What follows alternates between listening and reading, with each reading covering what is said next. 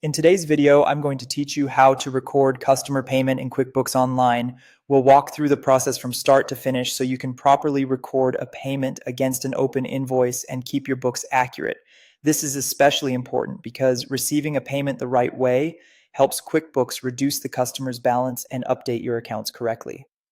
First, open QuickBooks Online and go to your main dashboard.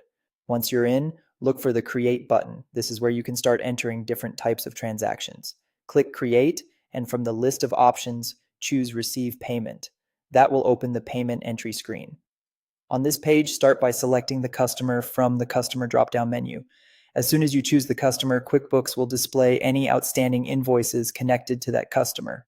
This makes it easy to see what still needs to be paid and helps ensure you apply the payment to the correct transaction. Next, enter the payment date. Make sure this reflects the actual date the money was received, since that affects your reporting and bank reconciliation later on. Then select the payment method. For example, this could be cash, check, bank transfer, or another method your business uses. Choosing the right method can make your records more organized and easier to review in the future. After that, go to the deposit to drop down. Here, choose the bank account where the money is going.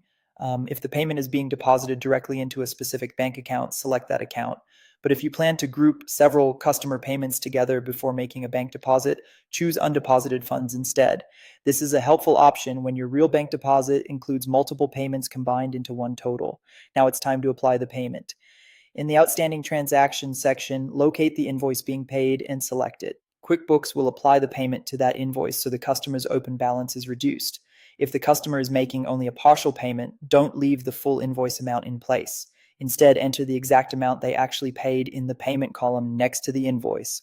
This ensures the remaining balance stays open and can be collected later without causing confusion. Once everything looks correct, finish by clicking Save and Close if you're done, or Save and New if you want to record another payment right away. And that's it.